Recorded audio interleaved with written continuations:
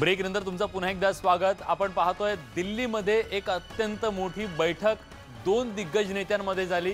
केंद्रीय मंत्री नितीन गडकरी आणि काँग्रेसचे चाणक्य म्हणून ओळखले जाणारे ज्येष्ठ नेते अहमद पटेल यांची काही वेळापूर्वीच दिल्लीमध्ये नितीन गडकरी यांच्या निवासस्थानी बैठक झाल्याचं कळतंय। आणि या बैठकीच्या नंतर जेव्हा विचारण्यात आलं अहमद पटेल यांना की तुम्ही ही भेट कशासाठी घेतली, तेव्हा त्यांनी सांगितलं की शेतीच्या प्रश्नाबद्दल आम्ही चर्चा केली।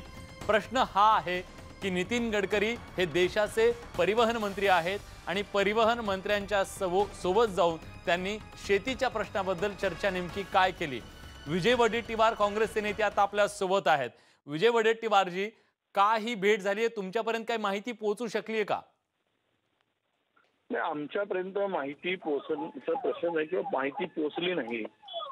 आणि आता आपल्याला एवढंच या ठिकाणी सांगतो की ही दोन्ही नेत्यांची, नितीन गडकरींची आणि अहमदभाईंची भेट झाली असेल तर ती 100% सांगतो ही पॉलिटिकल भेट होऊ शकत नाही। कारण दोनही पक्षाचे विचार वेगळे आहेत, आमचे प्रवाह वेगळे आहेत, आमची आयडियोलॉजी वेगळी आहे आणि आम्ही दोनही काँग्रेस आणि भारतीय जनता पक्षामध्ये एकमत होण्याचा कुठल्या विषयावर किंवा राजकीय विषयावर, कुठला विषय म्हणजे राजकीय विषयावर अजिबात सुतराम शक्यता नाही। आणि ही भेट त्याला राजकीय स्वरूपाची धरू नये। बरं, पण हे नेते का मिळाले, का भेटलेत शेतकऱ्यांच्या प्रश्नाच्या संदर्भात, तर हे त्या दोन नेत्यांनाच माहीत। त्या संदर्भात आम्हाला कुठलीही कल्पना नाही आणि आम्हाला माहिती नाही। वडेट्टीवारजी, तुम्ही राजकारणात गेली अनेक वर्ष आहात, तुम्ही ज्येष्ठ नेते आहात, तुम्हाला पटतंय का की ही भेट शेतकऱ्यांच्या प्रश्नासंदर्भात होती?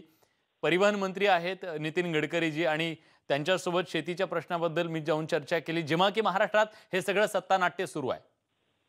नाही, आता असं आहे की कोण कोणापाशी गेलेत हे तुम्हाला माहिती आहे।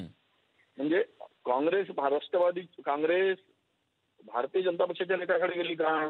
भारतीय जनता पक्ष काँग्रेसच्या ह्या मला असं वाटतं यातला थोडासा राजकीय भाग की माझ्या मताप्रमाणे थोडा याला शिवसेनेवर प्रेशर प्रॅक्टिसची भूमिका असावी असा एखादा संशय मला अनेकांनी बोलून दाखवला। तेवढाच असू शकतो, पण राजकीय प्रवाहामध्ये आम्ही दोघेही आमचे वेगळे आहेत। आमच्या राजकीय कुठल्याही दृष्टीनं चर्चा होणं आणि त्या दिशेनं विचार करणं, आम्ही पण तेच म्हणतोय की कुठेतरी हे दबावाचं राजकारण आहे का? कुठेतरी भाजपला असं वाटतंय की काँग्रेस आणि शिवसेना दोघं एकत्र येऊ नये याच्यासाठी हा प्रयत्न आहे? हे बघा, महाराष्ट्रातील काँग्रेसच्या सर्व आमदारांचं मत एकच आहे।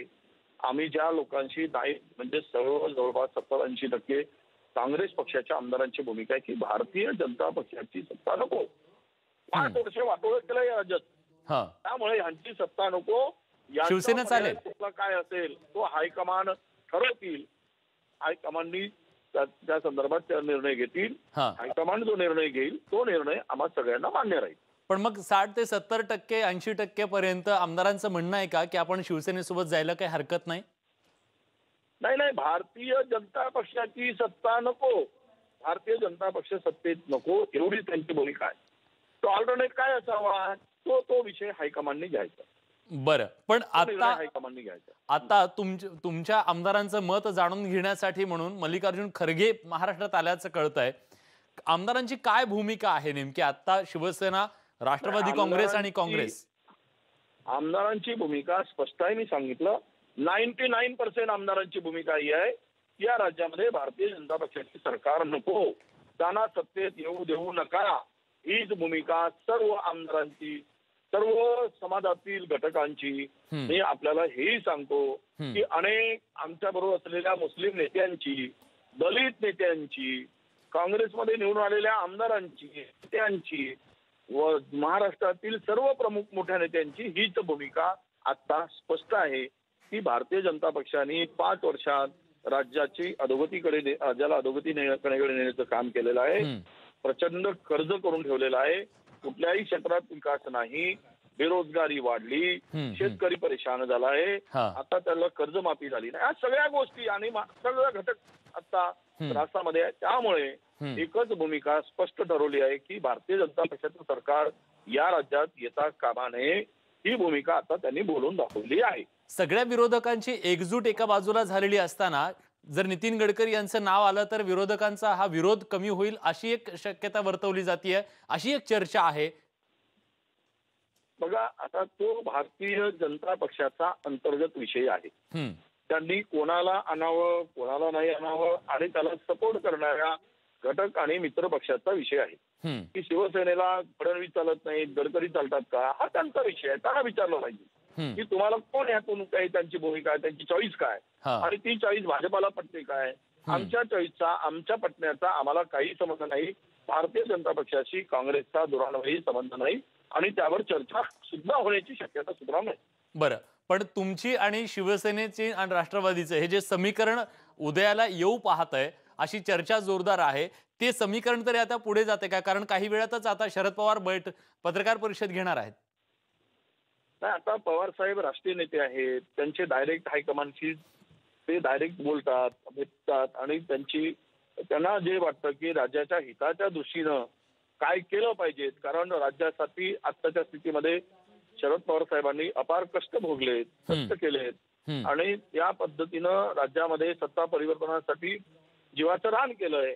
आता त्यांना महाराष्ट्राच्या एकूण या सगळ्या पुढच्या वाटचालीमध्ये महाराष्ट्राला न्याय देण्यासाठी, शेतकऱ्याला न्याय देण्यासाठी त्यांची भूमिका पवार साहेबांची ती योग्यच असणार आणि आम्हाला विश्वास आहे की ती योग्य असेल. वडेट्टीवारजी, अगदी शेवटचा प्रश्न तुम्हाला विचारतो.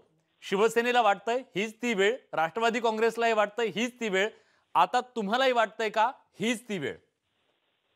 भारतीय जनता पक्षाला दूर करण्यासाठी योग्य हीच ती वेळ आहे. धन्यवाद. तुम्ही खूप मोठी बातमी दिलेली आहे, कारण आता शिवसेना हवी आणि भाजप नको असं म्हणणाऱ्यांची संख्या काँग्रेसमध्ये दिवसागणिक वाढत चाललेली आहे आणि कुठेतरी काँग्रेसचं सुद्धा आता एकमत होतंय की काय